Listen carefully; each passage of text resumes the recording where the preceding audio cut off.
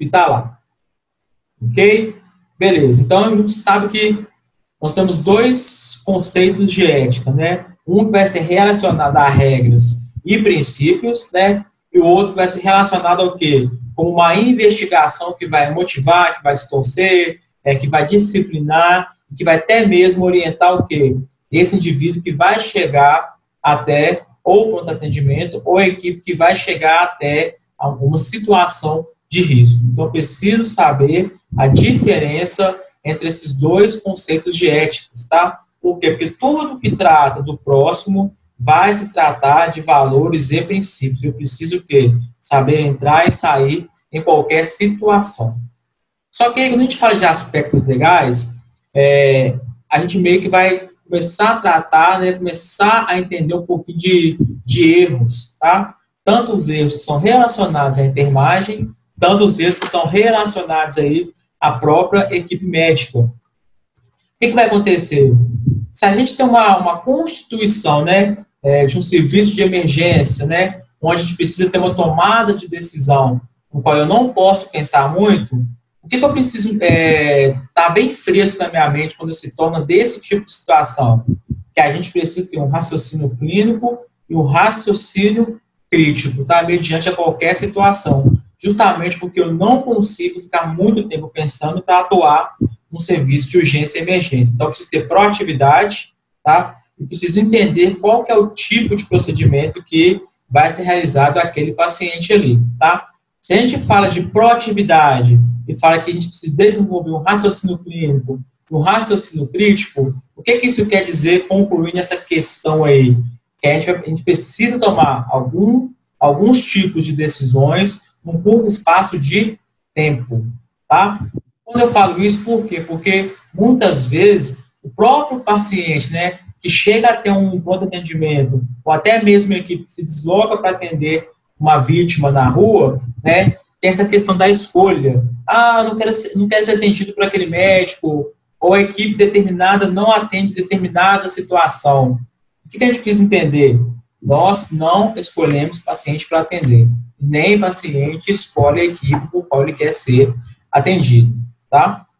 Por que não? Se eu tenho que pensar rápido, eu não consigo fazer essa distinção de perfis de pacientes. Eu preciso estar atento para atender qualquer tipo de perfil, tá? Se a gente for parar para ver questões de deveres, né, e direitos tanto do paciente quanto aí da equipe que faz o atendimento nesse tipo de serviço, vocês vão ver que as tomadas de decisões aí, muitas vezes aí, quando a equipe não toma a decisão no tempo necessário, o paciente ele vem a óbito, tá? Isso dentro do hospital. Ou até mesmo a equipe que está no pré-hospitalar, que está fazendo atendimento lá na rua, também não consegue fazer um atendimento de sucesso. A gente não consegue fazer um atendimento de sucesso, infelizmente aí esse paciente, essa vítima, né, que está em situação de risco, ela também vai vir a óbito. Mas aí a gente entra uma outra questão que a gente precisa também entender, né? A questão das intervenções invasivas, né? Ou seja, um procedimento que é considerado invasivo. Via de regra que todo procedimento que é considerado invasivo, de uma certa forma, ele tem um risco, né? Por que ele tem um risco? Porque tudo que vai ultrapassar, né, a integridade da pele, esse paciente pode ter um risco de ser contaminado, pode ser um risco de perfurar um órgão que não vai para ser perfurado, tá? Então, qualquer tipo de procedimento, né, que fosse realizado com determinado paciente ou determinada vítima, tem que ser informado para o mesmo. O que a gente observa hoje é que uma grande porcentagem das equipes não fazem esse tipo de explanação e esse tipo de informação nem para o paciente vítima e nem para o familiar. Então, fica o quê? Uma coisa mal informada para ambos, tá? E quando é mal informada, fica de quê? De difícil entendimento. Então, às vezes, a gente faz um procedimento, né? Explica o paciente, ou explica até mesmo ali ao familiar um procedimento que tem que ser feito, mas não explica da forma correta, a pessoa que está recebendo aquela informação de forma ineficaz ou de forma incompleta, ela pode interpretar de uma outra maneira, tá? Além dessa questão da má informação, que não é passada para o familiar e nem para o paciente de forma correta, A gente vai esbarrar também muito na falta de um ambiente próprio, né? Ou para dar uma notícia, ou para fazer determinado procedimento. Por quê? Porque, olha só, se a gente está trabalhando com a questão da urgência, com a questão da emergência, onde na emergência eu não posso esperar para atender esse paciente quando chega no pronto-socorro, né? O que vai acontecer? Se tem um risco iminente à vida dele ali, então eu já não posso esperar. Então, eu preciso qualquer ambiente que eu chegar com a equipe, desculpa, precisa ser atendido, tá? Muitas vezes o ambiente não é próprio para fazer o atendimento. E se o ambiente não é próprio para fazer um atendimento, o risco que a gente tem de cometer ali um evento adverso ou de acontecer uma condição adquirida para essa vítima / paciente, ela aumenta. O que vai ser uma condição adquirida? Aí eu cometi um ato ali que essa vítima, esse paciente, não tinha no momento da abordagem, e por um erro nosso, né, a gente fala erro nosso, tanto da equipe de enfermagem quanto da equipe médica, tá? Acomete algo que não poderia ser acometido. Então, isso é considerado aí uma condição adquirida, tá? Isso aí eleva o indicador tanto das equipes de urgências quanto do hospital. Então, olha só, a série, digamos, que a gente tem relacionado, a série de problemas que a gente tem relacionado a essa questão aí de aspecto legal. Então, a gente esbarrou na parte aí, da má informação, né, em desenvolver procedimentos que não são informados corretamente para o paciente ou para a vítima, até mesmo para o responsável legal dessa pessoa que precisa de atendimento. A gente fala da questão das intervenções invasivas, né, que muitas vezes não tem um local apropriado para serem feitas. Se não tem um local apropriado para fazer um procedimento, imagine para dar uma notícia para um familiar, né? Então, isso vai acontecer o quê? Isso vai impedir uma certa aproximação da equipe de saúde com o paciente / vítima / familiar, tá? E isso dá um problema muito grande de algo que você falou, né, e ficou mal falado, e aquele acompanhante ali entendeu de forma errônea, né? Geralmente eles levam isso para a ouvidoria. Aí quando leva para a ouvidoria, se for aberto uma NIP, né, que é uma reclamação de urgência, de emergência, aí, nós temos aí 72 horas para responder este questionamento aí para a Anvisa, tá? Então, olha só, ao mesmo tempo que a gente trabalha com uma coisa que é muito rápida, né, que às vezes me impede de ter um raciocínio rápido, e eu preciso ter um raciocínio rápido, a gente também fica meio que vendido nessa situação, tá? Se a gente se depara com um paciente numa gravidade extrema ali, né, e eu não consigo pensar muito no que fazer, então eu preciso desenvolver o meu potencial de ter criticidade na abordagem desse paciente. E se algo der errado, a gente corre o risco de quê? De ser processado, né, ou de ser notificado, ou dependendo do ato que for cometido, até mesmo aí suspender ou perder aí o número do nosso conselho. Tá? Então, olha para vocês verem. Então, quem trabalha na frente da urgência, da emergência, tem que ficar muito esperto com essa situação, com esse tipo de complicação que pode gerar dentro aí do serviço de urgência e emergência. Aí todo mundo fala assim, mas aspecto legal, trabalhar com ética, com protocolo, isso é um saco. Realmente é um saco, mas se você não sabe como proceder, se você só sabe a parte prática, mas não sabe a lei que rege o que você pode fazer ali, você fica vendido também. Às vezes você vai cometer um ato ali que não pode ser cometido justamente por falta de conhecimento, tá? Então, a gente pensa muito no operacional, né? E esquece aí da parte administrativa. Saber por que tem que fazer, como tem que proceder, o porquê que tem que fazer dessa forma, ou por que tem que ser dessa forma, tá? O que eu posso fazer para melhorar esse tipo de situação? Eu não vou fazer porque a lei fala isso, isso e isso, tá? Se a gente for pegar aí uma grande porcentagem, principalmente da equipe de enfermagem, se esbarra nesse tipo de situação. Sabe fazer o procedimento, mas não sabe para que serve aquele tipo de procedimento, ou qual tipo de complicação aquele procedimento ali pode causar, ou até mesmo não sabe que ele não poderia fazer aquele tipo de procedimento, tá? Então, tem muita coisa que envolve esse aspecto legal aí, que pode ser prejudicial para ambas as equipes, tanto para a equipe médica, quanto aí para a equipe de enfermagem. Uma outra coisa que é um fator complicador também, nessa questão de aspecto legal, vai vir o quê? Primeiro, carência de recursos, né? Principalmente aí no SUS, a gente não tem um amplo recurso de materiais, né? Por quê? Porque está sendo desperdiçado muita coisa, e às vezes em determinado local, tudo aquilo que é desperdiçado não é reposto. Então, vai faltar material. Uma outra questão é a maioria dos hospitais, principalmente do Brasil, haveria uma superlotação, né? Se eu tenho uma superlotação, então vai faltar médico, vai faltar medicação e vai faltar material. Olha só como é que uma coisa vai puxando a outra. Se você vai fazer um atendimento, né? Está faltando essa gama de coisas que a gente citou aqui, qual vai ser o próximo passo se acontecer algo com o seu familiar? Processo, tá? Vai ser processado, principalmente a instituição, ou por falta de material, ou por um procedimento que não foi feito corretamente porque não tinha uma determinada medicação. E isso acaba se tornando uma coisa que muito impessoal. E a maioria dos serviços de atendimento de urgência acontece esse tipo de situação, né? E a gente pode usar como exemplo aí a questão da classificação de risco, né? A gente for pegar de forma corretamente como funciona a classificação, o atendimento baseado naquelas cores que a gente viu um tempo atrás aí.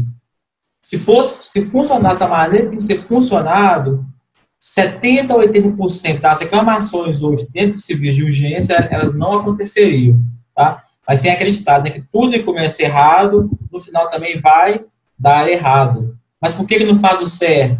Porque fica procrastinando as coisas, tá? Quanto mais você jogar para frente aquilo que poderia ser resolvido, ou aquilo que você poderia resolver, pior vai ser ali o seu feedback, principalmente de quem você está atendendo. E isso vai esbarrar isso vai esbarrar também na sua própria equipe, tá? Não só em você, mas em todos aqueles que também estão ao seu redor, ali, te acompanhando na questão da assistência. Ô Anderson. Diga. Só tirar uma dúvida aqui, porque eu acho que está dentro da ética. Por exemplo, a ambulância vai fazer um atendimento aí ortopédico, aí vai levar para uma UPA. Eles têm conhecimento que aquela UPA, naquela noite ali, não está tendo ortopedista? Ou eles chegam lá, tem que ser e remover a pessoa para um outro lugar? Porque isso é uma questão de ética também, porque a pessoa perde tempo ali no atendimento. Sim, O que acontece? A questão da remoção da ambulância, né, quando você fala do SAMU, né? Se for uma ambulância sanitária é mais complicado, que é a ambulância do próprio hospital. O que acontece? O SAMU só vai deslocar para o hospital, né, de um determinado hospital, a partir do momento que a central de regulação já passa para o médico regulador que aquela vítima que está ali já vai ser garantido atendimento naquele local. Tá? Então, o SAMU só vai deslocar para um determinado hospital se tiver a especialidade, no caso, a ortopedia que você falou, no local. Então, eles só chegam num determinado hospital se for assegurado o atendimento ali. Tá? Vamos supor, se eles ligam para um hospital não tem ortopedia, eles não vão para lá. A ambulância só desloca quando tem um aval do médico regulador falando para qual hospital ele vai e qual médico ele vai procurar lá. Tá? É tudo ajustado. A questão de SAMU é tudo ajustado. Ele não, por exemplo, faz o atendimento a qualquer vítima e para em qualquer hospital, não. Ele sempre vai ser um atendimento direcionado, tá? As ambulâncias são direcionadas. Tá? Entendi. Valeu. Alô. Dúvida aí, pessoal? Mais alguém? Tá tudo tranquilo? Não, tranquilo. Vamos que vamos, então. Beleza, olha só. Aí, nessa questão de aspecto, a gente está falando de recurso de superlotação de hospital, né? Principalmente aí das UPAs, dos pronto-atendimentos, né? Lembrando que tem uma diferença aí entre unidade de pronto-atendimento e de pronto-socorro, tá? Quando eu falo unidade de pronto-atendimento, eu só vou ter o quê? Essa unidade instalada no local. Quando eu falo de pronto-socorro, o pronto-socorro é dentro do complexo hospitalar e faz parte do hospital. Ok? Então, fica superlotado tanto as UPAs quanto os pronto-socorros. Só que lembra que a gente falou que tudo começa errado, vai até o final errado? É justamente nessa questão, que é nessa questão do atendimento da atenção básica, tá? Eu preciso diferenciar, eu preciso racionalizar o meu serviço, tá? Para que ele seja eficiente, tá? Se eu não racionalizar o serviço para que ele seja eficiente, vai acontecer justamente esse erro que acontece aí, de superlotar os locais com pacientes que vão ser atendidos aonde? Na atenção básica, tá? Que tipo de paciente, Anderson? Se a gente for pegar dentro das UPAs, né, os perfis de pacientes que vão procurar esse tipo de serviço, vocês podem ver que é hipertensão, né, que é uma hiperglicemia, que é uma cefaleia por tensão, e por aí vai. Esse tipo de atendimento é relacionado a onde? Atenção básica. Então, a gente precisa prevenir para que esse perfil de paciente não procure a unidade para o atendimento, tá? Quando eu falo não procurar, o quê? É que esse problema que ele está desenvolvendo agora era algo para ser tratado e ser cuidado ali na atenção básica, tá? Por exemplo, por que o paciente ele tem um pico hipertensivo? Por que tem o pico hipertensivo? Porque, olha só, se a falha começa na atenção básica, eu não consigo orientar esse paciente aí, de modo que ele tome as medicações corretas, né? O PA dele vai subir. Se a PA dele subir, ele vai ter no pico hipertensivo, tá? Geralmente, o pico hipertensivo para paciente aí, que tem uma pressão arterial descontrolada, chega a 25, 26, 27, tá? 27 por 120, 27 por 140, tá? E por aí vai. Então, olha só, se eu não consigo tratar desse tipo de perfil de paciente, né, dentro da atenção básica, ele vai me dar problema e vai superlotar ali o serviço de urgência e emergência, tá? E olha só, ele vai ter o atendimento dele ali, só que ele pode estar tirando vaga de quem realmente precisa ser atendido dentro dessa possibilidade de urgência e emergência. Então, a gente sabe que é um perfil, né, de paciente que não é para ser atendido na UPA porque tem uma falha lá na atenção básica. E por que tem uma falha na atenção básica?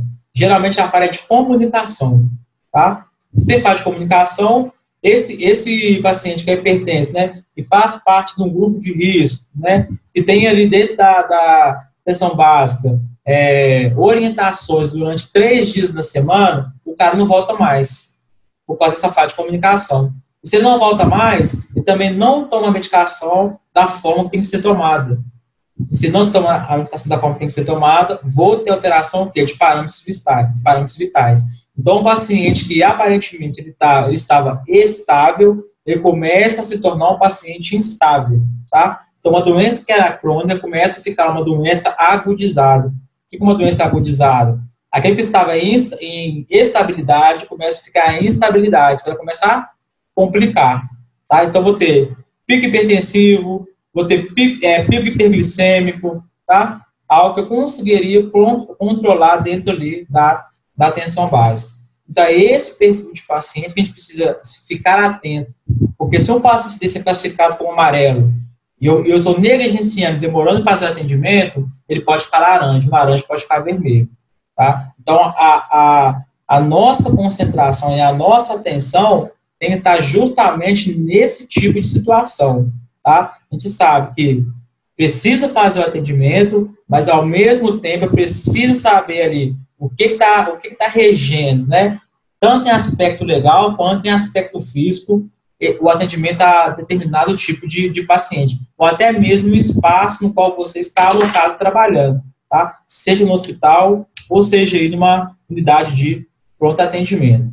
Só que aí, lembra que a gente começou a falar a questão das responsabilidades?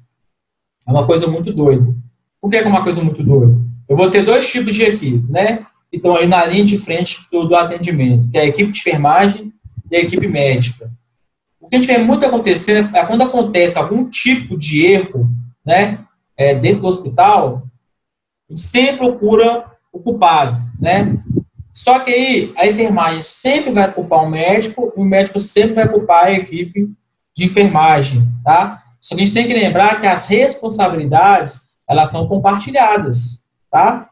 Cada um tem o quê? Tem uma responsabilidade relacionada ali aos pacientes que são atendidos, ok?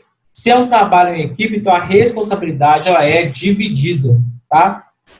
a responsabilidade não é só da parte jurídica, né? Por que não é só da parte jurídica? Porque também a gente trabalha com responsabilidade também na nossa vida também, na vida social, tá? Seja dentro da sua casa, seja no seu serviço, né? Seja na escola. Por exemplo, ó, quanto que eu vou ter uma responsabilidade médica, né? Se o médico ele não faz o atendimento correto, né? Não cumpre a obrigação dele que ele tem relacionado ali ao paciente que ele tá atendendo, mesmo sendo um paciente da linha de frente, ele vai causar um dano. Seja da equipe da linha de frente, ele vai causar um dano, né? E muitas vezes, quando o médico comete um erro, isso respinga também na enfermagem, tá? Porque a enfermagem também é induzida a errar, tá? É induzida a errar. Então, eu vou ter uma responsabilidade médica no atendimento do paciente para tentar diagnosticar, né? Ou descartar possíveis hipóteses diagnósticas, e vou ter também a responsabilidade da enfermagem. Por quê? Porque a enfermagem fica 24 horas ali com o paciente. Então, é nossa responsabilidade como linha de frente do cuidado, né? Proporcionar uma qualidade de assistência eficaz durante as 24 horas ali do paciente internado, tá? Ou durante o atendimento no pré-hospitalar. Exemplo muito clássico, né, de algo que é culpa, que é responsabilidade da enfermagem. Se a gente recebe um paciente ali, né, que tem uma mobilidade reduzida, um paciente acamado, se eu sei que ele é um paciente acamado, que ele não anda, que tem muita dificuldade, né, até mesmo de mexer ali no leito, qual que é o meu objetivo? O que eu preciso fazer que é primordial para esse tipo de paciente? E aí?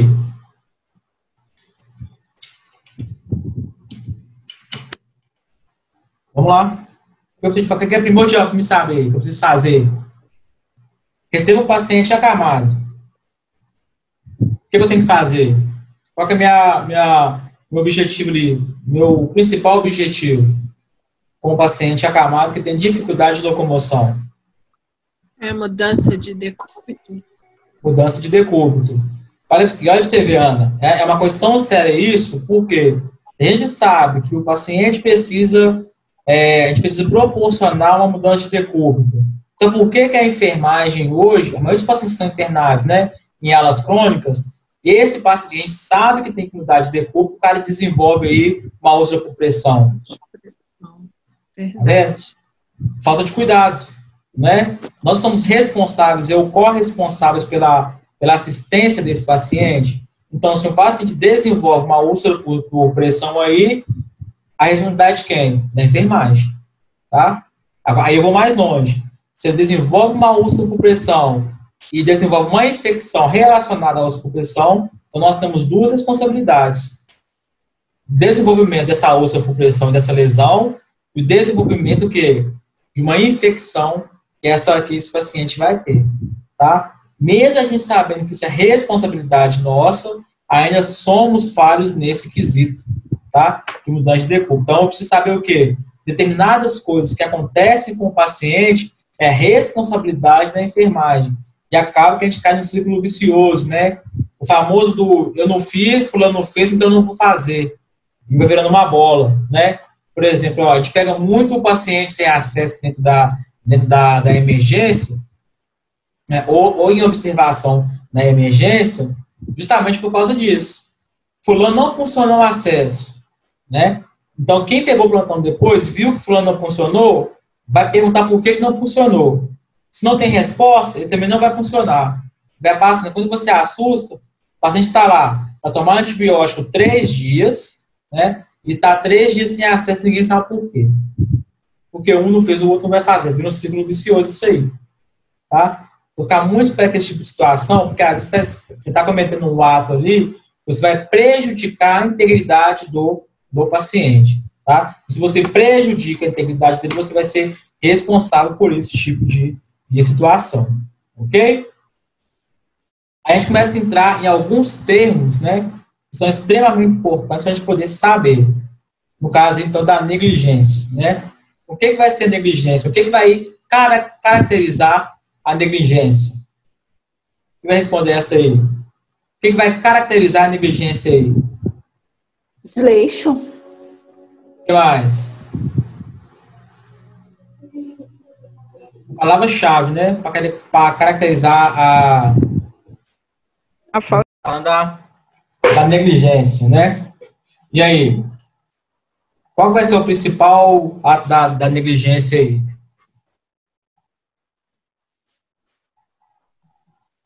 A falta de observação. Sim, é assim, se está faltando observação, então o que a gente está fazendo?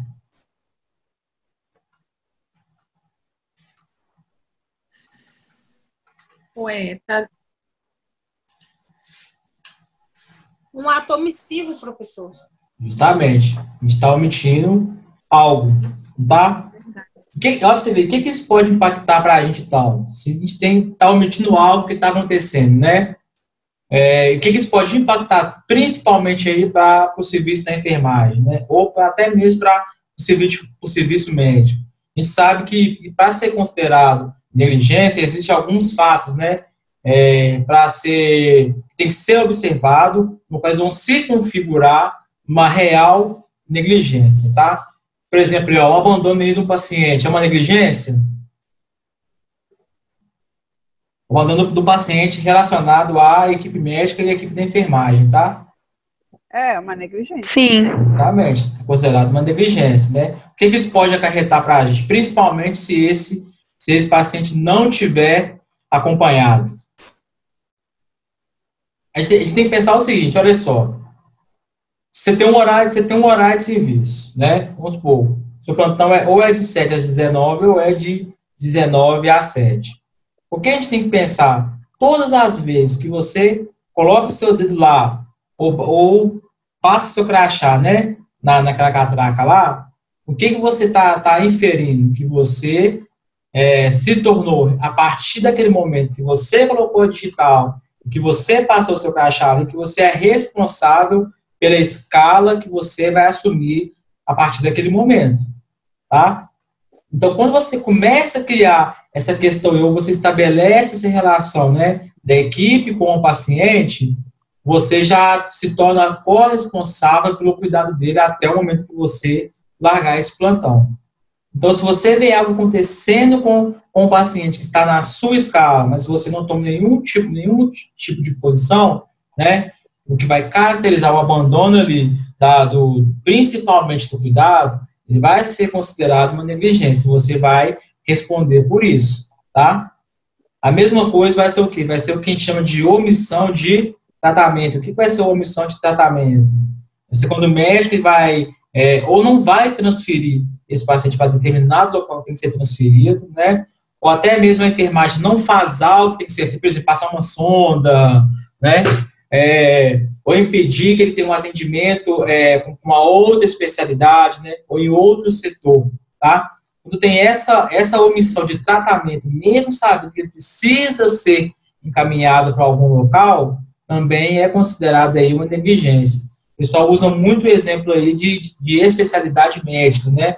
O clínico geral faz o atendimento, né? Na emergência de determinado paciente, e esse paciente é diagnosticado aí por exemplo, como um apêndice, né? Um apêndice supurado. Então, é uma questão de emergência, precisa ser operado urgente. Se esse apêndice supurar e cair ali no peritônio, né? Vai causar uma sepse ali. Só que mesmo sabendo dessa situação, o clínico não indica ou não manda, transfere esse paciente para o cirurgião. Tá? Então, isso é considerado o quê? Uma omissão no tratamento. Então, também é uma negligência, tá? Agora, tem dois tipos de práticas que estão relacionadas principalmente aí a estudantes, tá? Vai ser a prática ilegal por estudante e vai ser a prática ilegal o quê? Do pessoal técnico, tá? O que vai diferenciar a prática ilegal do estudante, tá? Ou a prática ilegal do pessoal técnico? Primeira coisa, se você sabe que é um estudante ou é um estagiário, alguém precisa responder pelo que você faz ali, pelo seu ato, tá?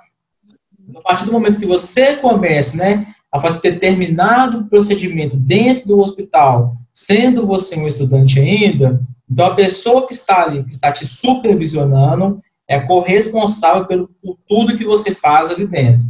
Então, a partir do momento que você configura, você erra, né, você é negligente ou você foi imprudente em algum determinado procedimento ali, A pessoa que está te supervisionando, ela vai se tornar responsável por aquilo que aconteceu com o paciente. Só que eu vou abrir um adendo, tá? Mesmo o seu supervisor sendo responsável por aquilo que você fez, você também responde civilmente por aquilo ali. Ok? Então, não vai achando que você pode fazer qualquer coisa, né, que a supervisão vai segurar o BO para você, que não vai não, tá? Nem diz lá o Capitão Fábio lá, segura a pica do aspira, filho.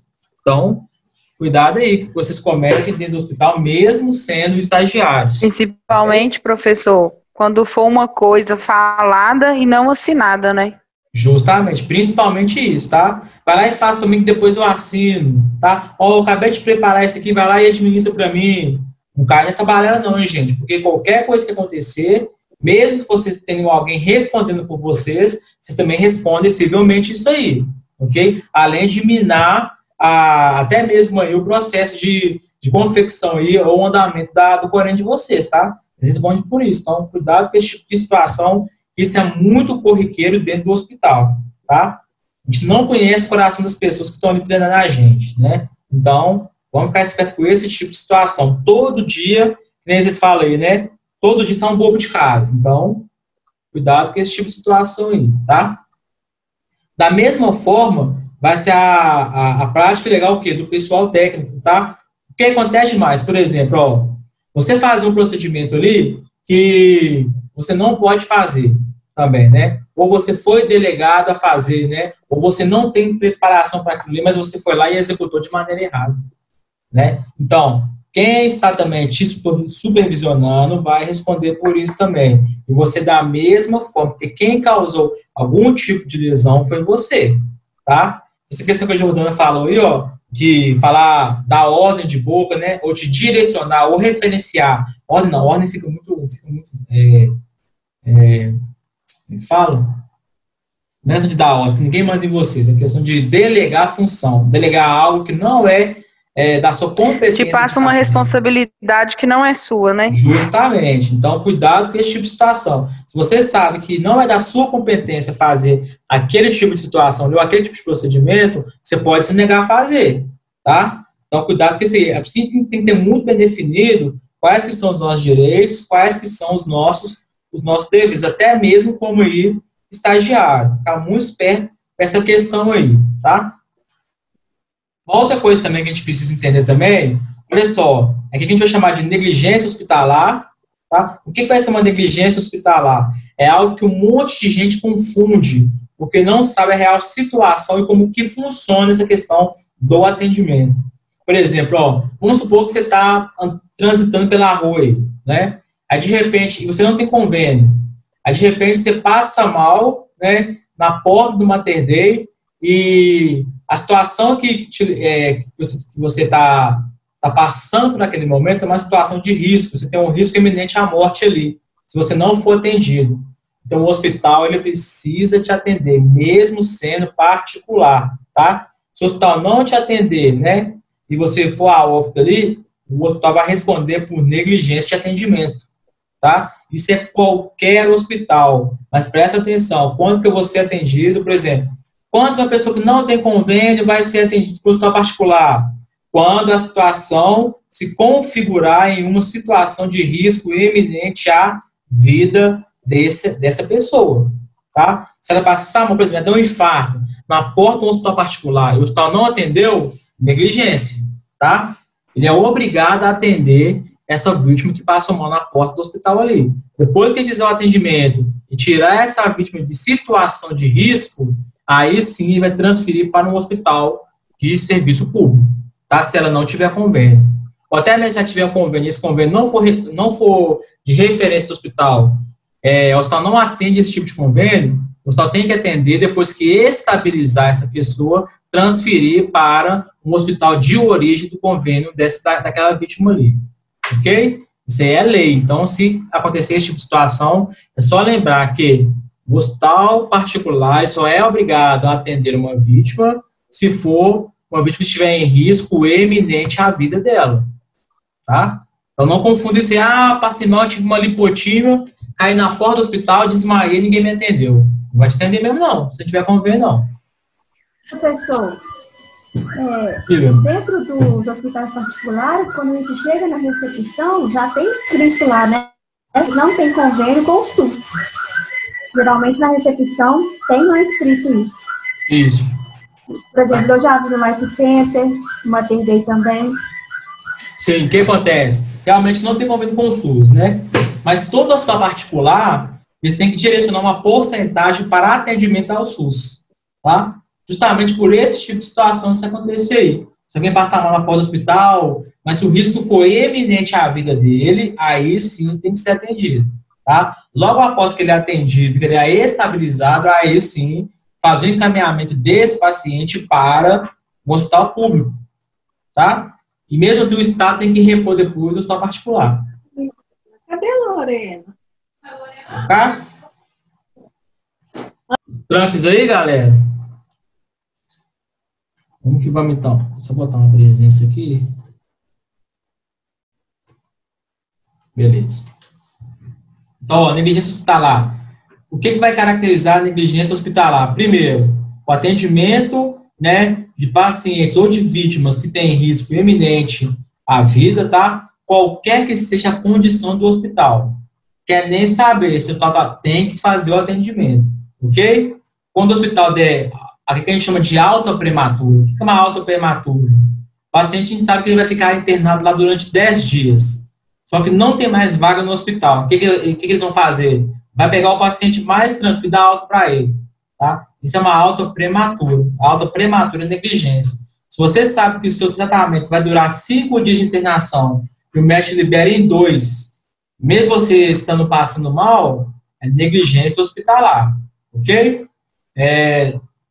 Qualquer tipo de evento que acontece com você também dentro do complexo hospitalar, por exemplo, quando você cai, né, tem um traumatismo por queda, algum tipo de queimadura com algum aparelho do hospital, né, erro de administração de medicamento, tá, e até mesmo a infecção hospitalar também é considerada uma negligência hospitalar, ok? Então, vocês podem ver que tudo que acontece ali com o paciente, né, alguém vai ser responsabilizado por esse tipo de situação, tá? Então, ficar muito esperto, por quê? Porque as evoluções, tanto de enfermagem, né, quanto as evoluções médicas, elas são o quê? Como se fosse uma segurança daquilo que você fez, tá?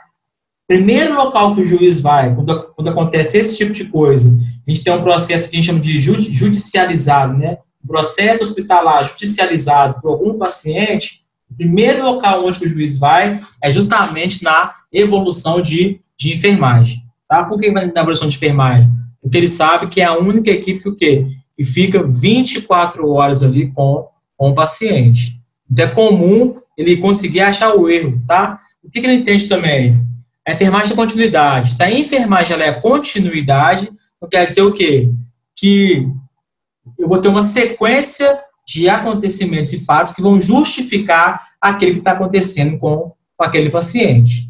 Então, primeiro ele vai na evolução de enfermagem, depois vai na evolução médica e vai tentar achar o culpado por aquela situação que está acontecendo ali, tá? Então, tudo que aconteceu com o paciente ali, descreva, tá? Mesmo se você tiver errado de alguma maneira, você descreva o que aconteceu, porque senão você vai responder por aquilo ali. Se ele achar inconsistência justamente na sua evolução, então já achou quem é o culpado. Ok? Olha só, além de ter negligência hospitalar, vamos ter também o que a gente chama de negligência, o quê? De centro complementar de diagnóstico, os famosos serviços de imagem, tá? O que pode ser uma negligência antes num serviço de imagem, por exemplo, um raio-x, uma tomografia, uma ressonância magnética? Primeira coisa, erro de resultado, né? Você colocar um resultado de uma outra pessoa, você colocar o resultado do João para o Ricardo, tá? Isso é uma negligência também, ok? Trocar resultado de pacientes diferentes, isso pode ocasionar um dano seríssimo para a instituição. Outra coisa, uma falha humana, por exemplo, o paciente foi fazer uma tomografia, teve que tomar um contraste, a pessoa que funcionou lá não funcionou direito e já foi administrando um contraste. O contraste causou uma flebite, uma necrose no braço ali daquele paciente. Também é negligência, tá? qualquer tipo de alteração dos componentes de laboratório, né, nos erros de imagem, também é considerado aí uma exigência, uma negligência, tá? E tudo isso aí vai responder aonde? Civilmente. E se responder civilmente e perder a ação, né, ou só perder a ação, tem que indenizar o paciente, tá? Olha para vocês verem como é que o negócio vai só estreitando. Então, eu tenho a negligência hospitalar, vou ter a negligência do serviço de imagens e também vou ter a negligência o quê? Na transfusão de sangue ou de hemocomponentes, tá? O que acontece nessa questão dessa transfusão de sangue? Por exemplo, ó, qualquer tipo de reação hemolítica que eu tiver, né, até mesmo as contaminações do sangue, por exemplo, malária, por HIV, né, que ocorrer aí, é culpa também da enfermagem, tá? Porque, primeiro, ó, antes de fazer uma administração de sangue, né, de hemocomponente, o que a gente tem que fazer? Primeiro, ó, fazer a prova de compatibilidade. Então, o laboratório vai lá, faz a coleta do sangue, né, para ver qual que é o tipo sanguíneo daquele paciente, para poder mandar a bolsa de sangue. A bolsa de sangue é preparada, encaminhada para o posto de enfermagem. O enfermeiro tem que conferir para saber se o tipo sanguíneo é aquele que o paciente tem, né? Nome bonitinho, idade de nascimento, carteira, tudo bonitinho. Conferir todos os dados do paciente. Prescrição médica, ver a quantidade que é para ser infundido, que é para ser hemotransfundido. Ver qual que é o componente que vai ser hemotransfundido, se é plaqueta, né, se é plasma, ou se é o concentrado de hemácia mesmo, tá? Ver ali o volume que é para ser infundido, tá? Não sei se você sabe aí, mas, por exemplo, ó, também hemotransfundir um concentrado de hemácia, que é o sangue, ele pode ser, tem que ser hemotransfundido em até 4 horas, tá? Se eu não conseguir passar dessas 4 horas a hemotransfusão, o sangue fica contaminado, então não tem eficácia, fica tóxico, tá? Então eu tenho até 4 horas para hemotransfundir esse paciente a partir do momento que o sangue chegou até o paciente, ok? Então, ó, se tiver uma reação hemolítica, né, que a gente falou aqui, contaminação de sangue por algum tipo de doença, o dano também que é ocasionado por esse tipo de negligência, tem que ser também ressarcido ao paciente, tá? Então, você vê, tudo que a gente faz gera em torno de negligência. A gente não ficar esperto, a gente entra nessa questão aí e acaba levando ferro relacionado a isso aí. Tá? Então, tudo que eu for fazer, eu preciso saber o porquê que eu estou fazendo, né? O que pode ocasionar se ocorrer um erro naquele procedimento que eu estou fazendo, tá? Se aquele procedimento está prescrito pelo médico, tá? A forma de infusão, né? O horário da infusão. Se por acaso acontecer alguma coisa e esse concentrado de hemácia não for hemotransfundido todo, tem que ser comunicado e tem que ser interrompido se exceder as 4 horas. Então, tem uma gama de coisas que tem que ser feita para não gerar aí tanto custo para o hospital, quanto principalmente gerar algum dano para o paciente que está sob seus cuidados, tá? Então, beleza. Então, a gente falou que a negligência foi a falta de observância aí nos deveres, né, que as circunstâncias vão exigir, principalmente se for um ato que ele for omissivo, né? A gente falou que é considerado como desleixo, né? Que é considerado como uma inércia, como o pessoal citou aí. Então, cuidado com esse tipo de situação dentro do hospital, tá? Próxima situação, imperícia. O que vai ser imperícia?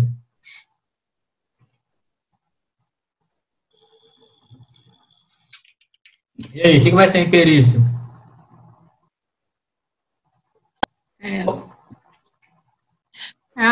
A falta de observação das normas por despreparo prático ou insuficiência de conhecimentos técnicos. Então, considerado o quê? Um despreparo de conhecimento técnico. Não é isso? Ó, uma das coisas que mais acontece dentro do hospital é justamente isso aí, tá? Pessoal que não tem o preparo para poder fazer determinado procedimento, né? Ele sabe como que faz, mas nunca fez, mas quer fazer, tá? Uma diferença muito grande entre você saber como faz e você realmente fazer aquilo na prática. Então, toma muito cuidado aí com esse tipo de situação, tá? Se você não tem aptidão, se você só tem aptidão teórica, mas não tem aptidão prática para fazer aquilo ali, não faça, tá? Eu preciso ter segurança, eu preciso ter certeza daquilo que eu estou fazendo, tá? Toda tarefa que você for desempenhar, seja em qualquer tipo de procedimento, muito cuidado com esse tipo de questão, tá? Outra coisa que vai gerar nessa questão da imperícia aí vai ser o quê? Vai ser, grosseiramente falando aí, a incapacidade de fazer alguma coisa. Tá? Então, você precisa ser capaz de fazer algo. Tá? Se você é incapaz, você precisa buscar a capacidade para poder fazer. Tá? Então, não faça nada daquilo que vocês não tenham certeza ou segurança para fazer ali. Por exemplo, vamos citar um exemplo aqui, ó. Vamos supor que alguém manda aí, por exemplo, o médico manda se entubar um paciente, né? Você não é apto para poder entubar um paciente. Você vai entubar um paciente? Não. Você vai causar um dano maior do que ele já tem, tá? Então, isso aí é considerado uma imperícia, ok? Cuidado com esse tipo de situação aí.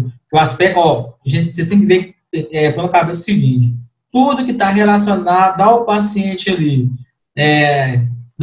de forma que a gente não cumpre aquilo, ou desrespeita alguma regra, né? Ou burla algum protocolo, ou comete algum tipo de infração, até mesmo o Corém vem pesado para cima da gente, ok? E o Corém ainda, o que eles fazem? O que ele faz ainda? Além de te punir, né? Eles põem seu nome no jornalzinho, tá? Com o ato que a infração que você cometeu, o seu nome e quando e onde você cometeu. Tá? Então, fica esperto com isso aí, que uma vez que você aparece no jornalzinho do Corém, já era aí a sua profissão, tá? Porque ninguém só vai querer te contratar depois que você fez. Ok? Beleza, terceiro, imprudência. O que vai ser imprudência?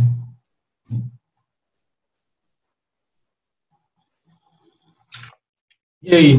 Quando você sabe e mesmo assim vai lá e faz errado. Show de bola. Aí você pensa assim, qual que é a necessidade de você saber o procedimento e fazer ele errado? Tá faltando o quê? Criticidade na gestão daquilo que você está fazendo. Se você sabe, eu não consigo entender essa questão. Você sabe como que faz, mas mesmo você faz errado.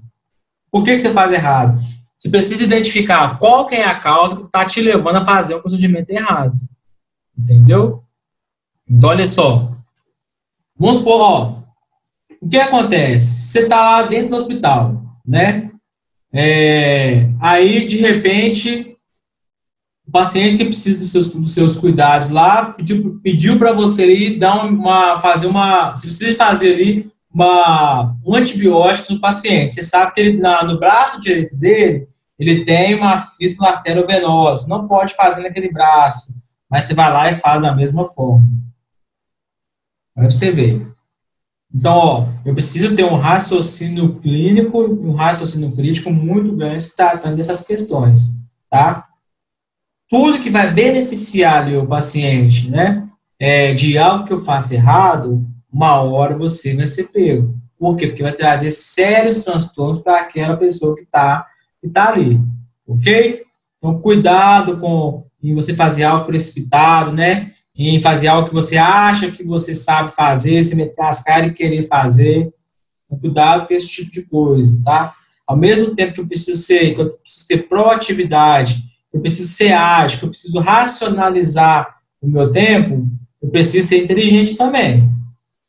Poder fazer eu preciso pensar rapidamente e ver qual que é a real situação do qual eu estou sendo exposto ali, tá? Tem muito profissional que prefere fazer esse tipo de coisa para não passar vergonha. Todo mundo fez só o que eu não fiz, eu vou lá fazer. Então, cuidado com esse tipo de coisa, tá? Com esse tipo de pensamento. Isso aí pode te levar para o buraco e ocasionar algo danoso aí para o paciente. Ok? Beleza, olha só, aí a gente começa a entrar numa parte, a gente começa a falar de aspectos legais, né? Do que pode acontecer, do que não pode. Agora a gente começa a entrar na questão do direito do paciente, né?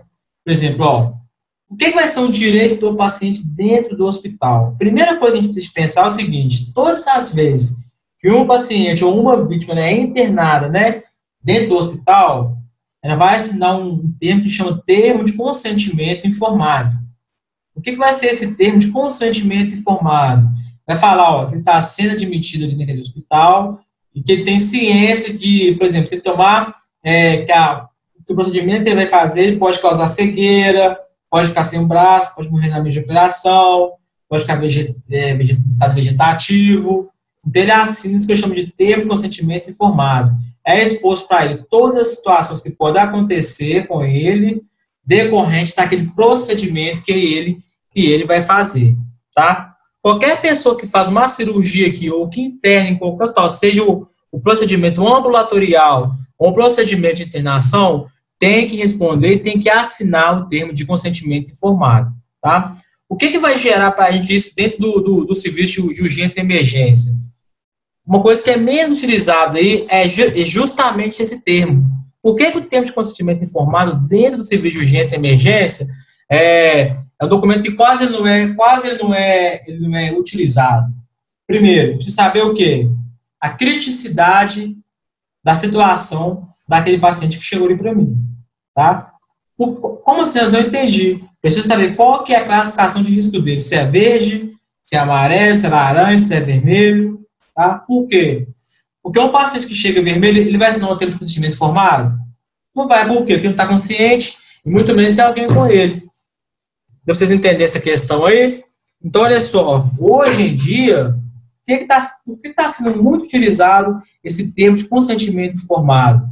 Hoje não está sendo mais utilizado para conscientização, né, do paciente nem da equipe médica, mas para quê? Para processos judiciais, tá? O que as pessoas fazem hoje? Assinam o termo de consentimento informado, se acontece algo durante o procedimento, né, que está exposto, ela utiliza esse termo de consentimento informado como prova, né, de algum erro no serviço, ou de fato não foi informado da real situação que aconteceu com ela ali, tá?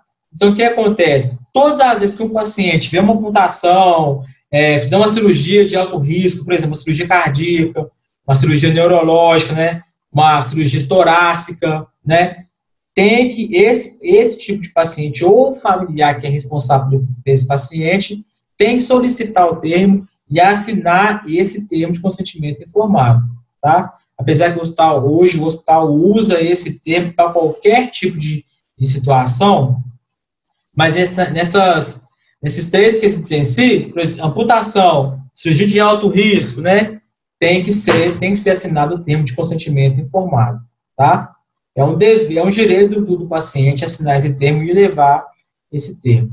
Uma outra coisa também que tem que ser bem ajustadinho, e bem analisada, essa questão das principais responsabilidades que esse paciente vem a ter no momento que ele interna, né? Como qualquer bom brasileiro, a gente só procura saber aquilo que é direito nosso, a gente não procura saber qual que é o nosso dever, tá? Então, nós, como equipe de enfermagem, a partir do momento, né, que admitimos um paciente dentro do nosso setor, o que a gente tem que fazer? Orientar esse paciente e encaminhar esse paciente para os serviços que vão ser feitos, para os procedimentos e até mesmo para os setores que vão girar dentro dos procedimentos que vai ser realizado dentro do hospital. Tá? Então, eu preciso preparar esse paciente emocionalmente, eu preciso preparar esse paciente, por exemplo, é muito comum da ortopedia admitir um paciente um dia antes do hospital, da cirurgia dele, tá? E e delegar 2 banhos para esse paciente em diferentes horários, tá? Com um sabonete especial.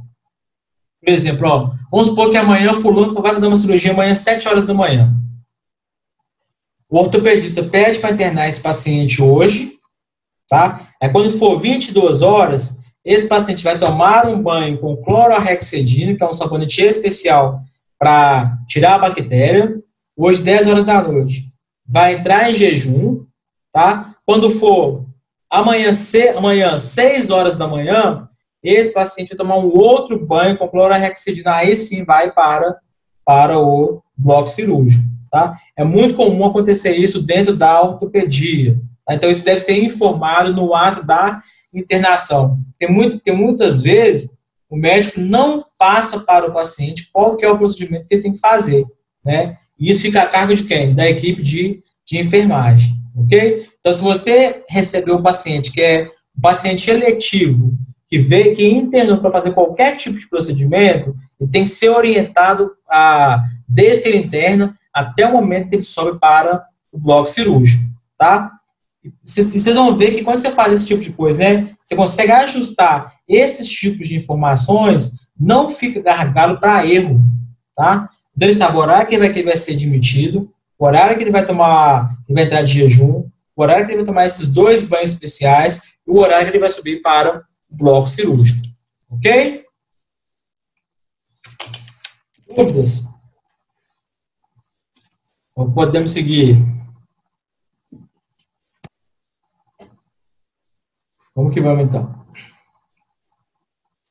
Beleza, ó, olha aqui, ó, esse aqui é um termo de consentimento informado, ó. Deixa eu colocar para vocês aqui.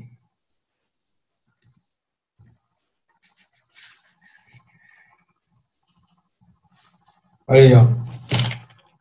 Isso é um termo de consentimento informado. Tá vendo, ó? Tem a identificação toda do paciente em cima, tá? Isso é um termo de consentimento informado de uma cirurgia cardíaca, tá? Aí ele fala o que ele vai fazer, né? Lá ele declara, por lei, que o médico o referido médico vai fazer a cirurgia, tem o diagnóstico, as indicações para esse tipo de cirurgia, o que pode acontecer dentro da cirurgia, que cirurgia que pode ser realizada, tá? A partir do momento que fizer a incisão cirúrgica nesse paciente aí, e as complicações que podem acontecer com ele no decorrer da cirurgia. Tá? Então, isso tudo é informado, é explicado, o paciente assina e o médico também assina essa questão aí. Ok? Então, olha para vocês verem como é que as coisas começaram a se ajustar, né? Mas se a gente for parar para ver, isso aí foi um alívio para a equipe cirúrgica. Por quê? Porque qualquer erro que acontecer, que estiver relacionado ali, né, as complicações cirúrgicas, ele tá respaldado. Né? A partir do momento que o paciente assinou aquilo ali, ele está respaldado para...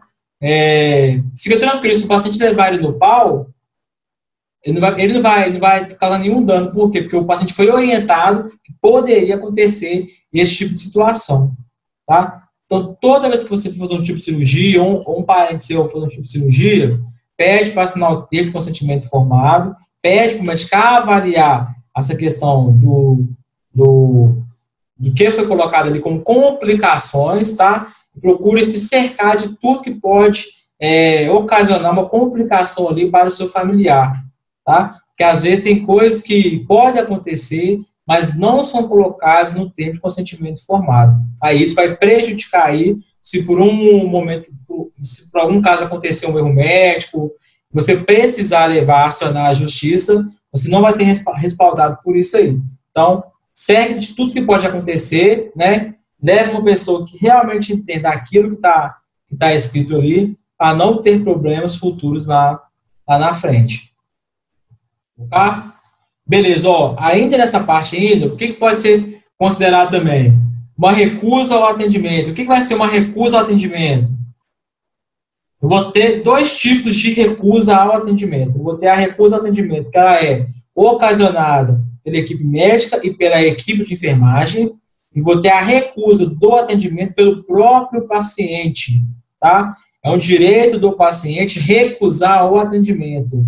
Mas fica muito esperto nessa questão, que você precisou orientar para você se respaldar, que ele foi orientado e mesmo assim ele se recusou a fazer um atendimento, tá? Quando que isso acontece? Por exemplo, o paciente internado no hospital, né? E ele foi diagnosticado ali com uma hérnia de disco, e ele precisa operar para aquela dor nas costas ali, né, acabar, ou aquela dor da coluna acabar. Só que a partir do momento que o paciente descobre que ele tem uma hérnia, né, que ele precisa fazer um procedimento cirúrgico, acontece que muitos deles internam, né, por exemplo, interna 2 horas da tarde, né, aí quando dá 4h30, 5 horas, os caras vai lá e pede uma alta pedido. O que é uma alta pedido? Parece que os camaradas pensam, né, que pode ser um procedimento de risco, pode acontecer alguma coisa. Pelo simples fato de ele ter assinado ali o termo de consentimento informado e desiste do procedimento, tá? Então, tem uma recusa no atendimento. O médico faz um relatório, né, explicando que pode acontecer várias coisas, que o paciente foi orientado com o que poderia acontecer e foi orientado também das complicações se ele não operar, tá? Que isso também é evoluído, as complicações se ele não operar, o que pode acontecer se ele não operar. Depois que é feita que é assinada essa questão tanto pelo médico quanto o paciente, ele é liberado, tá? E isso também, a polícia é acionada, a gente faz um BO, que a polícia é acionada porque o paciente está evadindo de alguma forma, não quis fazer o tratamento porque alguma coisa aconteceu. Então, a gente precisa se respaldar como equipe também, tá? Tem um consentimento formal, tá? O que vai ser um consentimento formal? É justamente a questão, por exemplo, ó, você está em plena consciência, você fala assim, ó, eu não quero fazer determinado procedimento. Você senta com a equipe médica e fala que não quer fazer determinado procedimento. Ok? Então, é um consentimento que considerado formal. Mais ou menos, diga. A gente tem o exemplo do testemunho de Jeová, né? Tem muitos procedimentos Justamente. que eles não autorizam. E aí, como um respaldo, porque o médico tem o juramento, né, de salvar a vida. Sim. Né, dentro da ética dele. Aí ele tem um respaldo de fazer algum procedimento e ele fazer alguma declaração, acho que entra até na justiça, né? A gente presenciou um fato lá no Hospital Grande de BH, que foi o seguinte: o paciente chegou no pronto-socorro, 28 anos, pronto-socorro, acidente automobilístico, né? Tinha fraturado as duas pernas, né? Fratura exposta, e estava ali com uma perfuração de intestino. Então, estava com uma hemorragia interna. Precisou ser hemotransfundido. Só que ele chegou na emergência, ninguém vai procurar saber se ele era ou se não era. Então, foi hemotransfundido, foi para o CTI, né? Começou a ter uma melhora após as hemotransfusões. Aí, quando a família chegou, a família levou um documento informando que ele era testemunho de Jeová e que não era para mais hemotransfundir esse paciente, né? Então, ele começou a ter uma piora clínica muito, muito grande, né? Precisava ser hemotransfundido, a família não deixou hemotransfundir e esse paciente foi a óbito, né? Assim, os médicos ficaram extremamente nervosos com a situação, né? Porque poderiam ter salvado a vida daquele rapaz ali e se esbarraram justamente nessas questões aí. Mas o que a gente precisa entender? Que a vida é feita de escolhas, né? Então a gente precisa respeitar princípios e valores das pessoas, mesmo que aquilo vai custar a vida dela. Se é algo que ela quer em sã consciência, ela fez um documento e assinou aquilo ali e deixou com a família legalmente também para responder se caso acontecesse com ele, tem que fazer aquilo que eles estão respaldados por lei, tá? O que vai esbarrar na questão é justamente essa, né?